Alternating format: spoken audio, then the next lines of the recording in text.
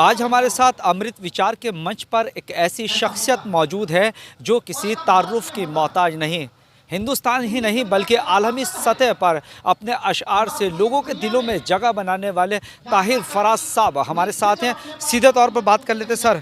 मुझे ये शर्फ हासिल हुआ है कि मैं आपसे खुसूसी गुफ्तगू करूं, मेरे लिए ये बड़े सम्मान की बात है। सबसे पहले बरेली में अमृत विचार ने ये कार्यक्रम आयोजित किया है, क्या लगता है इस तरह के कार्यक्रम आयोजित होते रहने चाहिए? हाँ, नहीं, इससे पहले भी जो दूसरे अखबारात या चैनल्स तो उन लोगों ने भी किए, लेकिन अमृत विचार की जो कहना चाहिए कि जो वाजपेयी साहब ने, शंभू दयाल वाजपेयी साहब ने जो जिस संवेदना के साथ और जिस विचार के साथ और जिस समाजी और सियासी बैलेंस करके चलने वाली एक नई परंपरा डाल रहे हैं ये, तो मुझे कहने में कोई एतराज़ भी नहीं है कि कुछ ना कुछ कहीं ना कहीं कोई ना कोई अखबार या चैनल किसी ना किसी एक तरफ रुख करके खड़ा होता है। लेकिन ये अखबार मैं भी इससे इसीलिए जुड़ा और मुझे अच्छा लगा कि अमृत विचार ने वाकई अपने नाम के हिसाब से कि अमृत ही बांट रहे हैं ये लोग, और इनके विचार जो हैं वो भी अमृत की तरह हैं। तो मुझे बड़ा मौका मिला, ये उनका मैं शुक्रिया अदा करता हूँ वाजपेयी साहब का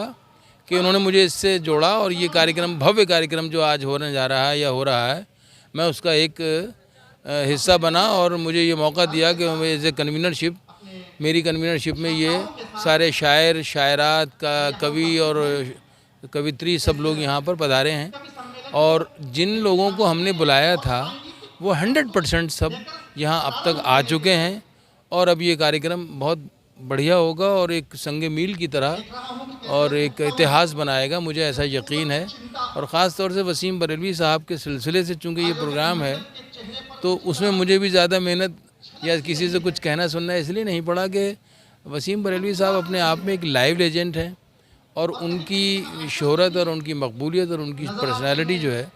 वो सब लोग उनसे प्यार करते हैं और उनसे अक़ीदत भी रखते हैं, मोहब्बत भी करते हैं। तो मुबारकबाद भी देता हूँ मैं अमृत विचार के तमाम स्टाफ को, तमाम लोगों को, ख़ास तौर से शंभू दयाल वाजपेयी साहब को, उनके पूरे जितने भी यहाँ बरेली, मुरादाबाद, हल्द्वानी और जहाँ जहाँ भी उनकी शाखाएं हैं, सब लोग, आप लोग जहाँ जहाँ भी उनके लिए इस अखबार के लिए काम कर रहे हैं, वो सब मुबारकबाद के इसलिए मुस्तहिक़ हैं क्योंकि अच्छे लोगों की एक टीम सामने आई है जो पत्रकारिता में जिसकी कमी महसूस की जा रही थी अब तक, वो मैं समझता हूँ कि अभी दौर बदल रहा है, और इसकी मकबूलियत ये बात जाहिर करती है कि अच्छे लोग अच्छी बात को सुनने के लिए तैयार हैं, और आज भी तैयार हैं, हमेशा तैयार रहते थे। मेरी दुआ है कि ये अखबार और फले फूले और इसकी शाखाएं और दूसरे सूबों में, दूसरे ज़िलों में, दूसरे शहरों तक ये सब ये परिवार फले फूले, जो अमृत विचार का परिवार है, और ख़ूब तरक्की हो इसको। मौजूदा दौर में जिस तरह से डिजिटल का दौर है, क्या लगता है कि जो शायर हैं या कवि हैं उनका मयार कुछ कम हुआ है, क्योंकि डिजिटल की दौड़ में हर कोई लगा है? देखिए, डिजिटल हो या पेपर वर्क हो, ये तो हमेशा से होता है। दो तरह के लोग दुनिया में आते हैं, एक तो होते हैं जो इन्वेंशन करने वाले होते हैं, और एक दूसरे लोग ज़्यादा तादाद में हो जाए तो जो इन्वेंशन की कॉपीराइट के बावजूद उसकी कॉपी करते हैं। तो अब ये तो इन्होंने जो बुनियाद डाली है अमृत विचार ने, तो इसकी नकल करके या इसी की राह पे आगे बढ़ने वाले बहुत से लोग आ भी सकते हैं और आएंगे,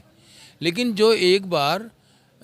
चला गया और उसने झंडा गाड़ दिया जाके हिमालय की चोटी पे, उसका नाम तो अमर ही हो गया ना। उसके बाद लोग आते रहें, जाते रहें, लेकिन वो तेंजिंग जो है वो हमेशा तेंजिंग ही रहेगा, और वो एक इतिहास बना के गया है। तो डिजिटल का मामला ये है कि इस दौर में, आने वाले वक्त में तो और तरक्की डिजिटल करेगा, हर फील्ड में कर रहा है, पत्रकारिता में भी कर रहा है। लोगों के पास इतना वक्त नहीं होगा कि लोग अखबार को पूरी तरह खोल के बैठेंगे और पढ़ेंगे। अब तो सब कुछ डिजिटल हो रहा है और होता रहेगा, तो ये दुनिया भी बहुत बड़ी हो गई है। बल्कि मैं समझता हूँ कि पत्रकारिता में या किसी भी फील्ड में डिजिटल वर्ल्ड जो है वो अपने आप अपनी अहमियत मनवा चुका है, और इसकी अहमियत मज़ीद बढ़ेगी। एक आखिरी और महत्वपूर्ण सवाल, कोरोना का एक ऐसा दौर जिस दौर में बड़े बड़े संस्थान बंद हो गए, छटनी करना शुरू कर दी। ऐसे दौर में अमृत विचार स्टैंड हुआ और तमाम सैकड़ों लोगों को उसने एक तरह से रोज़गार दिया। क्या कहेंगे? नहीं, खैर अब रोज़गार दिया यकीनन। जब किसी भी कोई भी फैक्ट्री हो या कोई भी इदारा हो, कोई भी यूनिवर्सिटी हो या कोई अखबार हो या किसी, अगर उसकी शाखाएं बढ़ती हैं तो जाहिर है कि उसके साथ उसके काम करने वालों की तादाद भी बढ़ती है। और इस तरह इस माहौल में, इस वाकई जो बहुत ही ख़राब दौर से हम लोग, पूरी दुनिया गुजरी है, हमारा मुल्क भी गुजरा है, हम लोग भी गुजरे हैं, इस दौर में इन्होंने बहुत ही शानदार तरीके से ये काम अंजाम दिया। तो ये एक अनोखी और नई सी बात है और बड़ी अजीब बात है और मुबारकबाद के मुस्तहिक़ हैं ये लोग कि इन्होंने इस दौर में इस अखबार को स्टैंड कर लिया। लेकिन शायद मुझे ऐसा लगता है कि लोग इस अखबार की जो पॉलिसी है उसके मुंतज़िर थे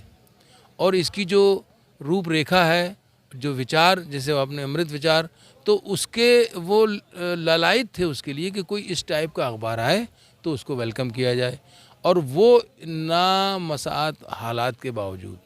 ख़राब हालात के बावजूद भी इस अखबार ने तरक्की की है। तो इसका मतलब यह है कि हमारा समाज जो है वो ज़्यादा देर किसी एक बिंदु पे जो भाईचारे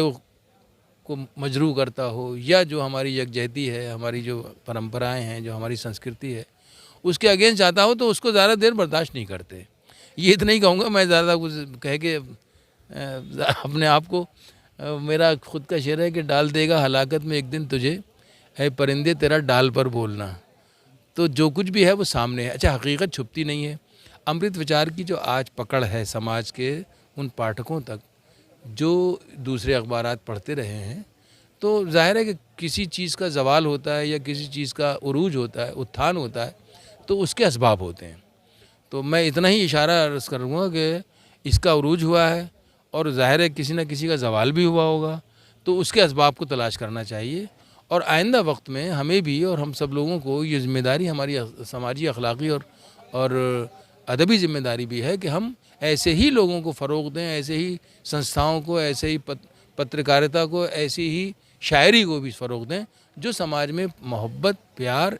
यकजहती और भाईचारा फैलाती हो। बहुत बहुत शुक्रिया अमृत विचार से ख़ास बातचीत करने के लिए थे हमारे साथ मशहूर और मारूफ शायर ताहिर फराज साहब, और उन्होंने हमारे जो सवालात थे खुलकर उन पर जवाब दिया है और बड़े ही खूबसूरत अंदाज में अपने जो बात थी उसको कही है। कैमरा पर्सन फरदीन अली के साथ मैं अब्दुल वाजिद, अमृत विचार।